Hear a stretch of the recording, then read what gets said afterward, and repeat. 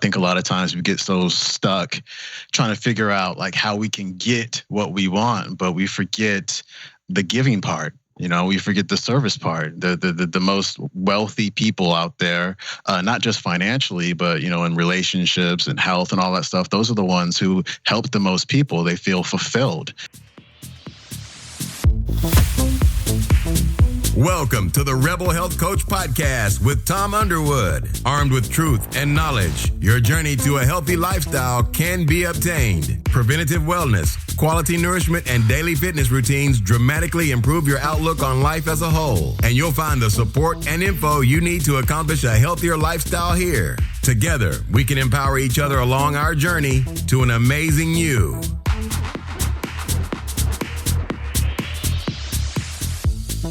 Welcome to episode number 4 of the Rebel Health Coach Podcast.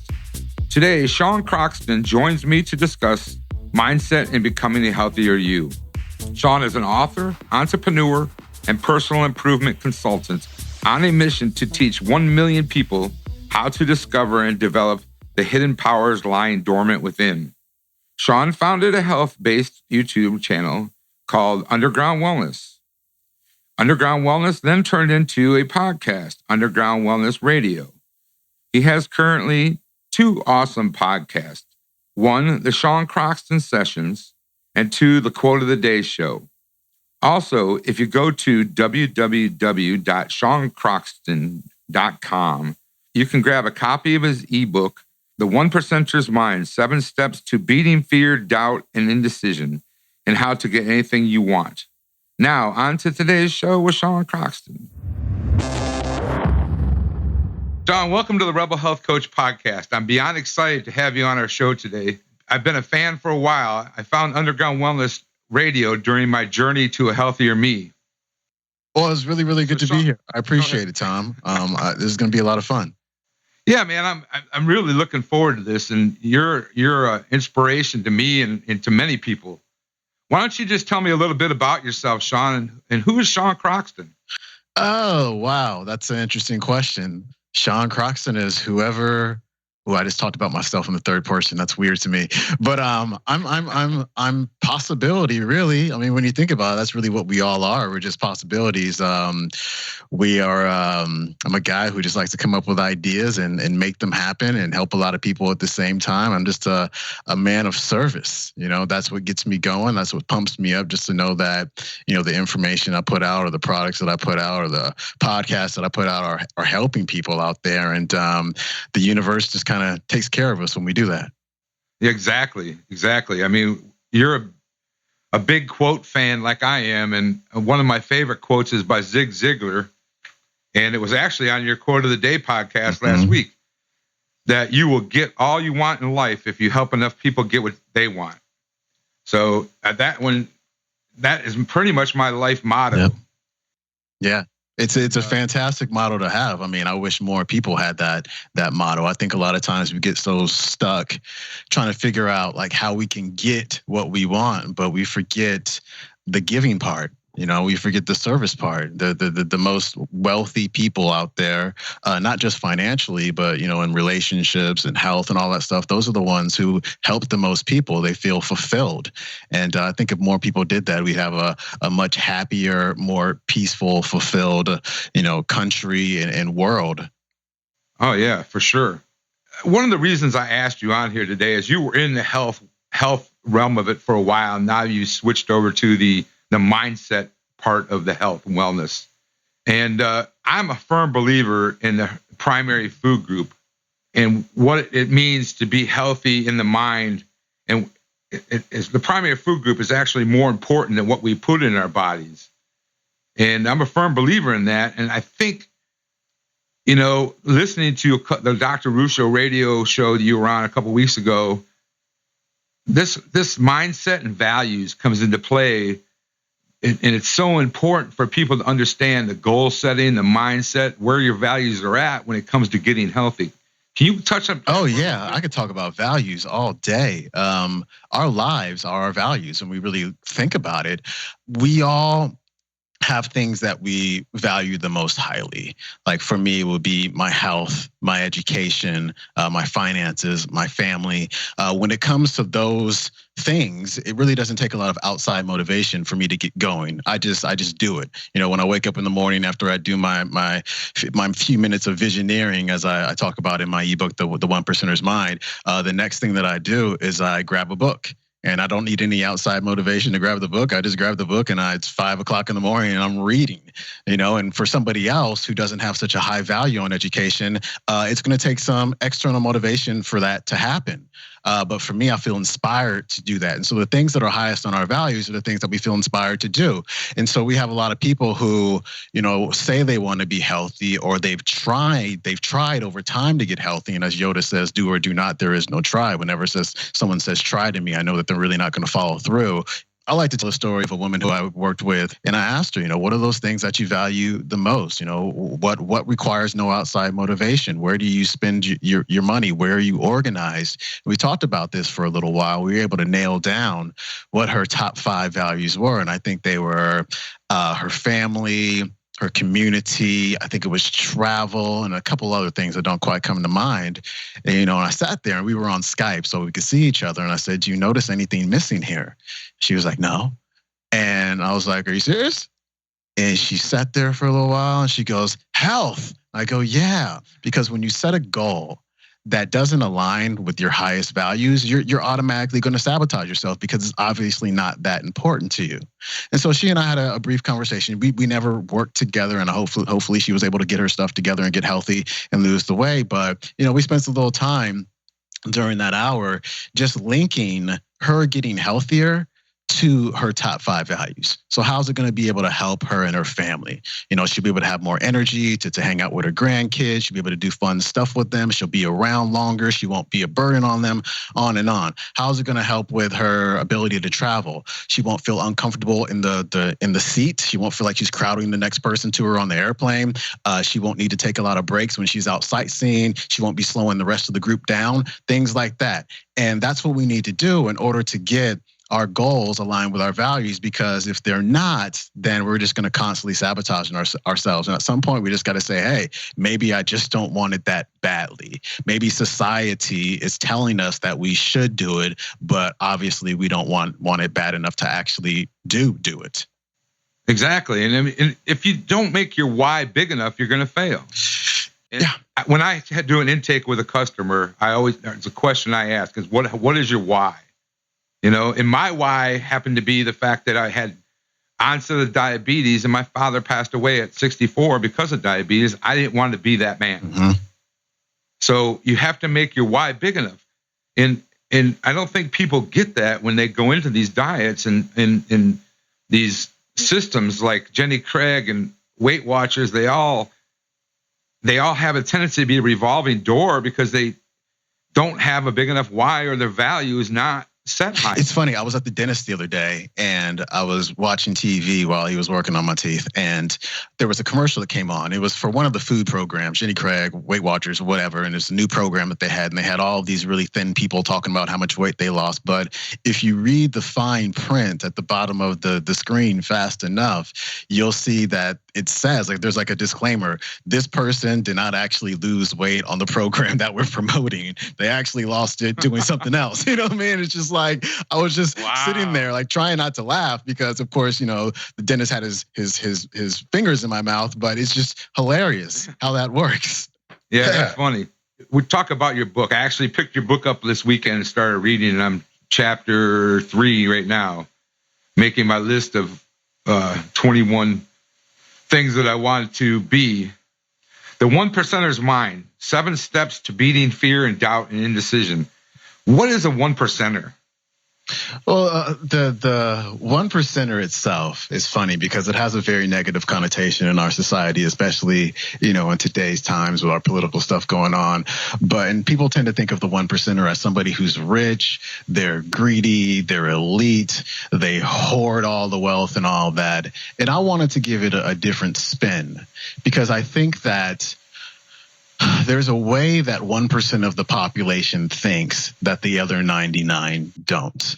1% of the population takes responsibility for their life.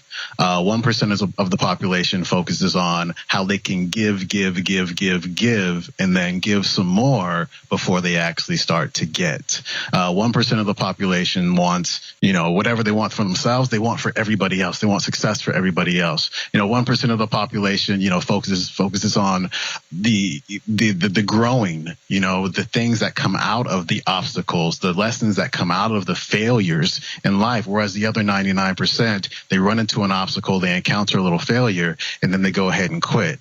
And so the book is just about the way that 1% of the population thinks, and also how I can help people to get closer to being part of that 1%. So, it has something to do with money, because I think money is a reflection of the amount of service that you're giving to the world, but it's mostly about just being a better human being. Right.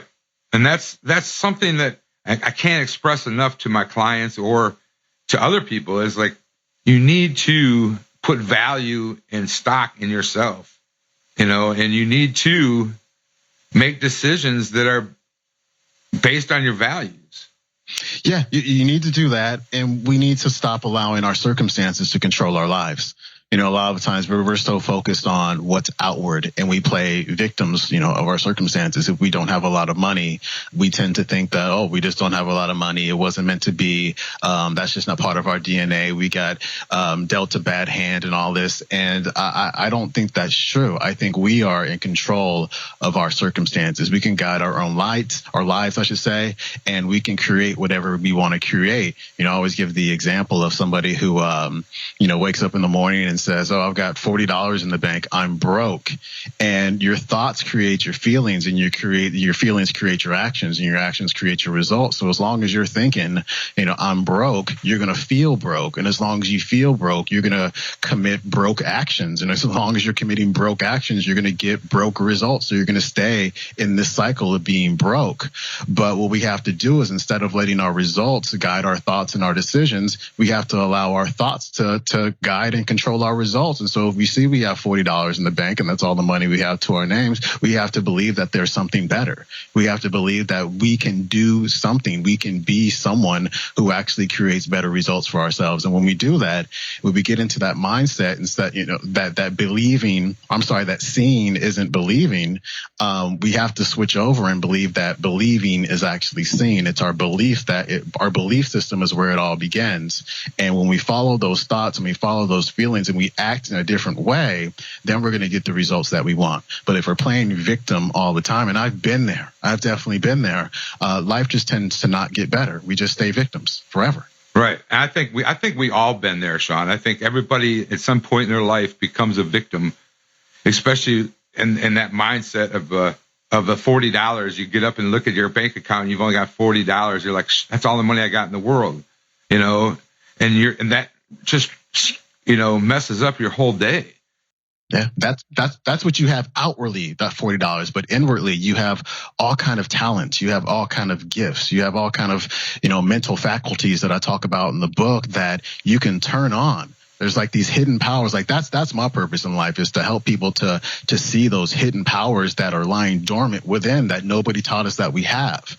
And by teaching people that we have those, that we can use those, and that we're no different than the highest achievers in the world. We are no different than a Steve Jobs or a Bill Gates or a Thomas Edison or a Beyonce or Jay-Z or whoever you want to talk about. We are all the same. We all have the same potential. We all have the same capabilities. We might not have, been born into the world with the ability to put words together and rap the way Jay-Z does, but we all have our hidden gifts. And if we work on them and we start at day one and progressively work on them every single day, we're going to get better. My philosophy on life is right here in front of me. There's a sign right above my computer here. It says, little by little, a little becomes a lot. And I think that for some reason, we want to wake up tomorrow and have a lot without doing the little things in order to get there. And so just keep chopping away. Something I said on the podcast the other day is, if you read 1 hour a day in your topic of study, in your topic where you want to be an expert, 1 hour a day for 365 days a year, that's 9 40-hour weeks of reading that you did in that topic for the year. You do that, you'll be an expert in whatever field that you want to be in with just 1 hour a day. And so just that little bit of time, that 1 hour, you woke up a little bit earlier, right? You woke up 30 minutes earlier and you did a half hour of reading before bed, can make a huge difference in your life over time. You just have to take the responsibility to do it and stick to it. Instead of saying, I'm going to try to do it, actually go ahead and do it. And you'll see the results unfold over time. Wow. Yeah, let's talk about your thoughts create your world. That quote, grabbed this quote out of the show from Dr. Usho Radio again.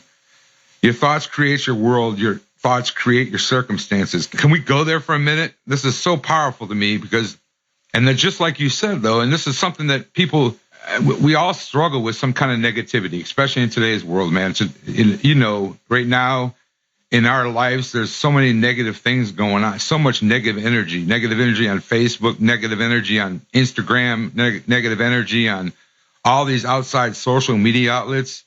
This is a tough one because you have to change the way you think about those in order to make your life a better place. Everything is about perception. It's all perception, and it's a choice to see something as negative or to see it as positive or to see it as neutral. I don't even want to get on Facebook right now. Like, I'm not even interested. Since last, what was it, Thursday? I'm just not interested in being on there because there's nothing but negativity all day. But one thing that I wrote about, I know you want to talk about thoughts and circumstances, is one thing I wrote about in the One Percenter's Mind is, I'm not about the power of positive thinking. I am, but I'm not. I think positive thoughts are very powerful, but I think if we're trying to completely eliminate all the negativity from our lives, eliminate all the negativity from our thoughts, I think we kind of screw ourselves because I think it's an impossible thing to do. It's almost like, the person who tries to eat 100% of the time, the right things. They can't eat gluten. They don't eat dairy. They stop hanging out with their friends because their friends go to restaurants that serve dairy and gluten and the chef uses the wrong oils and on and on and on and on and on. And at some point you end up finding yourself sitting by yourself at home with nobody to talk to. Really? It's true. I know a lot of people who are in the health space who just don't have any friends. They just sit online on Facebook and, talk about gluten all day. And that's I don't think that's a good way to live. And I think it's a tough expectation to put on your life to not be negative at all. And so, one thing Dr. DeMartini talks about is the law of polarity. We all have a positive side. We all have a negative side. And we all have to embrace that. And, just everything in life, for the most part, has a polar opposite. Up has a down. Left has a right. The front has a back. For every praise, there's a criticism. For every positive, there's a negative. On and on and on. And when we try to cut ourselves off completely from one side, I think that we feel completely unfulfilled because, again, it's an expectation that no one will ever experience in reality. You can't just disown part of yourself. If you disown part of yourself, you disown all your negativity, then what you end up finding is negativity is just going to continue finding you all of the time. It's going to present itself in the people who are around you. It's going to present itself in the events that take place in your life. It's going to present itself in every social media comment that comes up. It's like the universe's way of saying, hey, you have two sides. Embrace it. Hug it. It's going to feel more comfortable than trying to cut everything off. And so to get back to your question about thoughts creating your circumstances, like as I said earlier, thoughts, we can choose our thoughts. I like how Wayne Dyer wrote about this in his book, Wishes Fulfilled, I think it was. He says our thoughts, we can't control our thoughts. It's impossible. Our thoughts are kind of like the ticker tape that go on the bottom of the screen on ESPN or CNN or whatever you're watching. And they're just thoughts, just rolling through. And we can kind of choose which ones we really want to focus on. And so I like to say, just choose the positive stuff, choose the things, know that the negative stuff is going to be there, but choose to focus on that good stuff. And those good thoughts, those positive intentions, again, they create positive feelings. They increase your vibration. You feel good. You feel of service. You feel fulfilled. You feel just amazing. And then when you feel amazing, that's when you tend to do your best work. Very seldom do you feel amazing and do bad stuff. Typically, you feel bad and you do bad stuff and you do bad stuff and you get bad results. But when you have positive thoughts, you're feeling good, you do great things, you take action, you serve the world, and then you get the results that you want. But if you want to go the other way and you want to focus on nothing but the negative, then you're going to have a poor vibration. You're going to have negative feelings. You're going to get bad results. And, what you find, and it's a trip how this works, how like attracts like. It's just the law of attraction, which I thought maybe 10 years ago was BS. And now I totally believe in it, because when you look at, the world, positive people tend to attract positive people. That's who they surround themselves with. Negative people tend to hang out with nothing but negative people who confirm their own negativity, on and on and on. And so I think, again, we have to understand that if the circumstances in your life aren't the way that you want them to be, if they're not positive, if they bring you down, we have to understand that for the most part, if not completely for a lot of people, you are responsible for those circumstances. And what I mean by that is not only have you created them in many cases, but also you are able to respond to them. The word responsible, able to respond. And so you can respond to them in a positive way by saying, hey, I can change this. It's not going to change tomorrow, but I can change the way I look at it. I can change my perception of it, or I can continue to be a victim and just continue to live this way for the rest of my life. And I think a lot of people are choosing the latter, and they feel hopeless. And, I think that's one of the reasons why our nation has gotten to the point where it's at, because a lot of us feel hopeless all of the time. I feel like the nation as a whole has very low self-esteem at this point. And it's too bad that things have kind of, worked out the way they have. Not that, and I don't want to get into politics and all that stuff, but I am very fascinated by Donald Trump. And the reason I'm fascinated by Donald Trump, and this is politics aside, is he did it all his way. He created an image in his mind, and he wouldn't let any doubts creep into his image at all. And look what happened. It's amazing. It's just amazing. Like, everything just kind of moved out of the way, and the universe kind of did its thing. And it said, okay, you wanted it bad enough? Well, here you go. And it's that maybe people don't like him, but I feel like that mindset is something to respect, because when the chips were down, he didn't quit. He just kept on going. And so, that there's a talent to that. There's a gift there. And that's a man right there who used his mental faculties, which I write about in The One Percenter's Mind, to get to exactly where he wanted to go. Right. That's amazing. That's really good stuff. And now a word from our sponsor. We'll be back in a minute. We all know that eating healthy is a part of becoming a better person. But if you're finding the organic and non-toxic products too expensive or hard to find, then ThriveMarket.com, the healthy online shopping club, is your solution. Like the Costco meets Whole Foods for everything healthy online, you'll get the best organic and non-GMO brands up to 50% off retail prices, shipped nationally to your door for free within 2 to 3 days. When you become a member, ThriveMarket.com will donate a free membership to a low-income family, teacher, or veteran, so we can all thrive together. You never have to pay full price for healthy food again. Go to thrivemarket.com/therebelhealthcoach to get your free jar of coconut oil and 15% off your first order. This offer is valued at $18 and available for our listeners only on this special link. So here it is again, thrivemarket.com/therebelhealthcoach. I picked up I'm so fascinated by this that I picked up a biography of Donald Trump the other day. You did? Again, politics aside, I was just like, I want to know how he thinks. I want to know how he was raised. I want to know what books he reads. Like, The Power of Positive Thinking was a book series by Norman Vincent Peale. Right. And Donald Trump and his father actually attended Norman Vincent Peale's church. And Norman Vincent Peale actually married Donald Trump and Ivana Trump. Wow. And so, the thinking side of that, I'm so fascinated by that. How does he think in order to win all of the time? Oh man, it's exactly. And as a health coach, and you've been in the health field before, all that negativity makes us ill. I mean, it's not helping your cause. It's not helping your cause inside. It's causing disturbance inside your body. And you're not growing as a person. You're going backwards. You're in a fight or flight state all day. Right. If you're living outside of your values, you're literally doing stuff all day that you don't want to do. You're going to a job that you don't want to go to. A couple of weeks ago, the Monday episode of the quote of the day was a talk by Les Brown talking about how, there's a spike in heart attacks and strokes on Monday mornings when people are on their way to work because they're stressed out. They don't want to go. They're going, oh man, I got 5 days of this. They got a case of the Mondays, and then they have their hump days just as a celebration that the week is half over. Then they have, thank God it's Fridays. What are we doing? Right. What are we doing to ourselves where, gosh, 9-10 hours of the day, we're doing stuff that we don't want to do because of security, because we're afraid of what people are going to think of us if we actually try to set out and do the things that we want to do. I think it's kind of sick when you really think about it, and it's making us sick, unfortunately.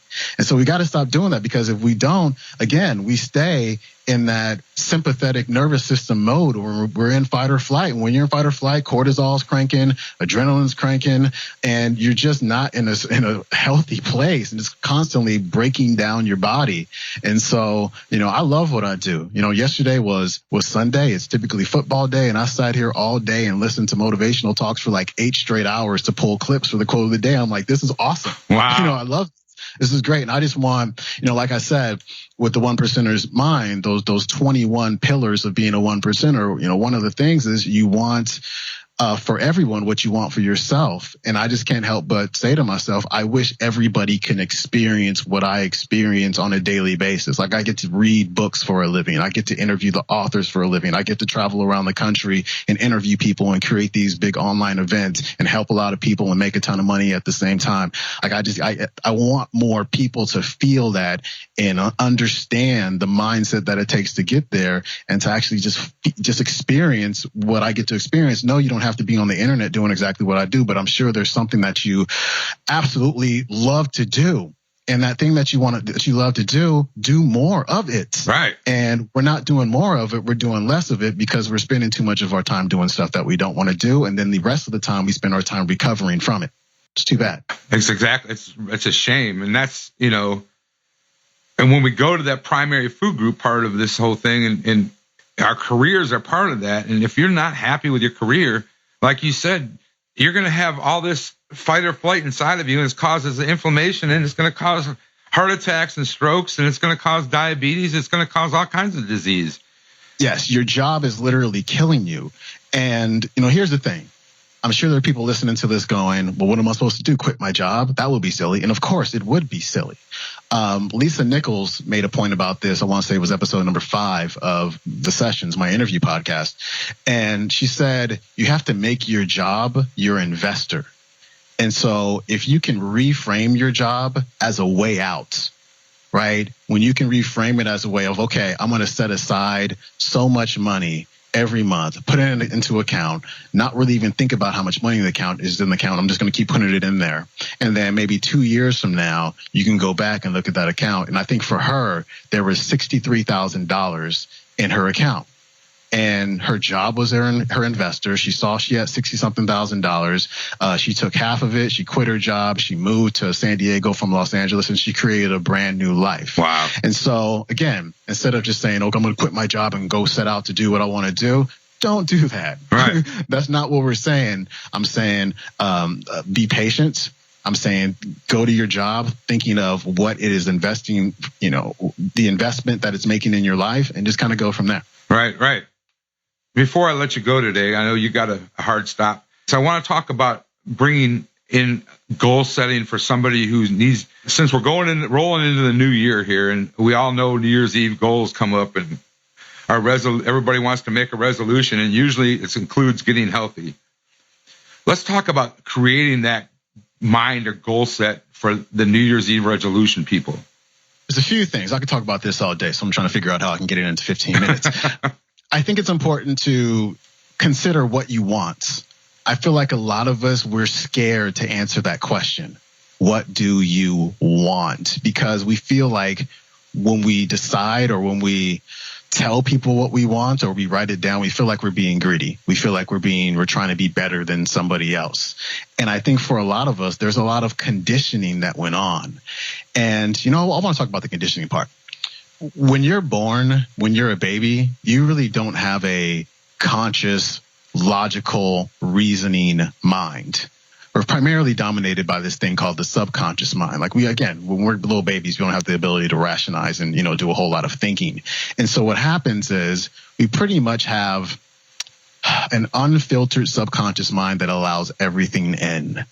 And I like to say we go to baby mind boot camp, and we have these authorities that are constantly drilling all of these negative beliefs into our brains.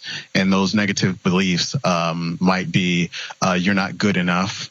It might be rich people are greedy. Don't get too skinny. It might be finish everything on your plate. It might be money doesn't grow on trees. It might be in order to have a successful business, you have to, have a degree and be the smartest person in class, on and on and on. And by the time we're about 6 years old, a lot of these negative beliefs are stuck in our unconscious, in our subconscious mind. And our subconscious mind is where our feelings come from. And our feelings are what guide our actions. And so when that subconscious mind kind of gets sealed up, we'll say, it doesn't get sealed up, but we'll just use that for now. We have a very hard time going after what we want to get in our lives, because consciously we can say, I want to lose weight because it's New Year's and, it's my New Year's resolution. We can say that and we can think that. But as long as we have a subconscious mind that believes that that's not true, we're never going to be able to get to where we want to go. And so, some of the things that I write about in the 1%er's mind is about repetition. The subconscious mind just doesn't change its mind overnight. We have to constantly repeat things over and over again. So that's why I highly recommend having a goal card, or what I call a shag card. And you'll find out why I call it a shag card when you pick up my book. It's free, by the way, at SeanCroxton.com. And with this card, you write down what you want to do. I'm so happy and grateful now that. And every morning before I go, or when I get up in the morning and before I go to bed, I read my shag card. My shag card is actually right in front of me on my desk. I see it every day. And what it's doing is it's reprogramming my subconscious mind to believe that this is possible. And when I do this, shagging, I call it, in the nighttime and in the morning time, what I'm trying to do is impregnate my subconscious mind with the possibility that I'm creating for myself, which is why I call it shagging, because you're impregnating. But anyway, so I'm impregnating my subconscious mind, and also I'm experiencing the feeling of accomplishing it. I think that's the biggest part. And Neville Goddard wrote about this a lot in his works. It's about feeling yourself into the experience of the wish fulfilled. And it's so funny because I thought that I was never going to be able to write a book. My first book was called The Dark Side of Fat Loss, Lessons from the Underground. And I had been working on that thing, or working on other books, I should say, for about 7 years. And I kept sabotaging myself. And one thing that I did, and I just don't even know why I did it. It just tended to happen for some reason. I kept thinking about the feeling that I was going to feel when I finished writing The Dark Side of Fat Loss. And it was such an emotional feeling. Like sometimes it would kind of almost make me a little bit teary because I just felt it. And there's something that happens to your brain. And who's the guy's name? Dr. Joe Dispenza writes about this himself. I was reading this book. Can't remember the book. One of his books is called You Are the Placebo. Breaking the Habit of Being Yourself, I think is what it's called. But when you can create that feeling of the goal finished, and you can experience that over and over and over and over again, there are changes that happen to your brain. There are changes that happen to your subconscious mind, which bring a congruence between your conscious mind and your subconscious mind. And that allows you to take the actions that are going to get you closer to where you want to go. And like I said, that was kind of like a convoluted way of breaking it down, but it's all broken down in the 1%er's mind step by step. So for example, I have everybody write down 21 things that they want. If it were absolutely impossible, what would you want to do? So you write those down and then you rank them 1 through 21. And then so your first 7 are your A wants, your second 7 are your B wants, your third 7 are your C wants, and then you prioritize them. So what's your A1 want? What's your A2 want? What's your A3 want? So you prioritize them that way. And so I recommend that people focus on that A1 want, the one that they really get excited about, the one that really fires them up, the one that really gives them that burning desire to get it done. And so then we make our shag cards. And we do the repetition. We do it every single day, every morning, every night. And what you find is you end up becoming the person who creates the life that you wish to create. And it's an amazing thing when it happens. You have to be persistent at it because your subconscious mind, likes to play dirty tricks on you. I call that the terror barrier, but you just got to push through. I think one thing just real quick that we have to understand is that part of reaching our goals, part of that process, part of that journey is this war that goes on in our subconscious mind. It's a war going on. I'm going to give you a quick example. So let's say you have a conditioning in your subconscious mind that money doesn't grow on trees and that rich people are evil people. And so that's in there. And we'll call that an X idea. And now you have a Y idea that says, hey, I want to start earning more money. I want to get out of debt. I want to have financial freedom. So that's the Y idea. And then you start doing your shagging morning and night, and you start becoming the person who you want to become. But what's happening is that Y idea is going down into your subconscious mind where it's going to encounter that X idea that people are greedy and money doesn't grow on trees. And what happens is a war goes down. They start fighting with each other and your vibration changes. And when your vibration changes, you get fear, you get scared, you feel insecure. You want to go back to your comfort zone. And that's what happens when people make their New Year's resolutions. That's why, they set it on January 1st. They started on January 2nd. And then by like January 16th, they're going back to eating what they used to eat before. And then in February, they've completely forgotten about it because the X idea, which is called your paradigm, has won the war. And so we have to understand that when that war happens, it's not because this goal wasn't for me. It just wasn't my thing. It just didn't come naturally. It's that everybody who sets a goal goes through that. It's like puberty. It's natural. It happens. But there's a difference, though, when you understand what's happening, when you have an awareness of what's happening, and you can say to yourself, okay, I'm freaking out right now because that Y idea and that X idea, that old paradigm that's been implanted in my subconscious mind by other authorities, when I was a kid, is going to war with my Y idea. But it's okay because the more I push through, the more that paradigm shrinks, and then I'm going to be able to get across the other side, which is freedom. Right. Yeah, exactly, man. That's some powerful stuff, man. And people give up. They just walk away. Don't give up. It's persistence. It is. Thomas Edison failed with the light bulb. I want to say it was 10,000 times. Right. But you got to understand, like, everybody fails. Everybody fails. Everybody fails. Everybody fails. We're afraid to fail. We don't want people to know we fail. We don't want ourselves to know that we failed because, for some reason we think that everything's supposed to be easy. We think we're supposed to be the Kardashians on TV and everything's supposed to be rich and beautiful and all this stuff. That is not life. That's TV. Life is different. Life is real. Life is ups and downs. That's what it is. It's a breakdown that turns into a breakthrough. Then you have another breakdown, you get another breakthrough, and you have another breakdown, then you have another breakthrough. That is life. And if you expect it to be any other way, then you're going to lose. As Dr. DeMartini says, depression is what happens when your reality does not match your illusions. Wow. And that's real because we have these illusions of the way that things are supposed to be, and they're not planted in reality. And we expect our lives to be that way. It's not. Take the bumps and keep on going. Take the breakdowns and have the breakthroughs. That's how it works. Oh, man. Period. Man. That's awesome stuff. Hey, Sean, thank you for joining me today. www.seancroxton.com. The ebook is free. The 1%er's Mind, 7 Steps to Beating Fear, Doubt, and Indecision, and how to get anything you want. And I started reading it this last weekend. It's an awesome book. I'm doing my 21 pillars right now, and I'm working my way through it. And New Year's is around the corner. Get your goals, get your head straight, and let's do this. Also on my website, if you click on freebies, or if you go to seancroxton.com/free, all of my Real Food Summit, Paleo Summit, Real Food Con, Sexy Back Summit as well, those are all free now. Wow. So these are huge online summits with 24 different speakers and all of these topics. And so again, that's seancroxton.com/either free or freebies. You'll find all that stuff there. Oh man, awesome stuff. Hey, Sean, thanks so much. My pleasure, Tom. I really appreciate you answering my email and doing this with me.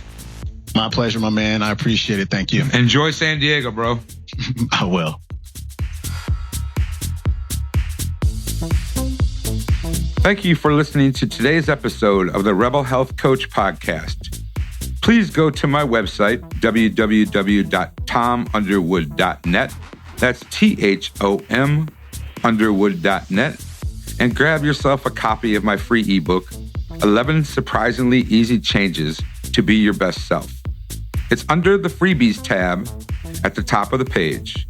This will also sign you up for my monthly newsletter, and I promise not to blast you with endless BS emails. Also, if you'd like to book a 1-hour consultation with me, at the bottom of the homepage, just click on the button, schedule a free 1-hour consultation. And if you really enjoyed this show, please go to iTunes and rate the show and leave me a comment. Have a blessed day.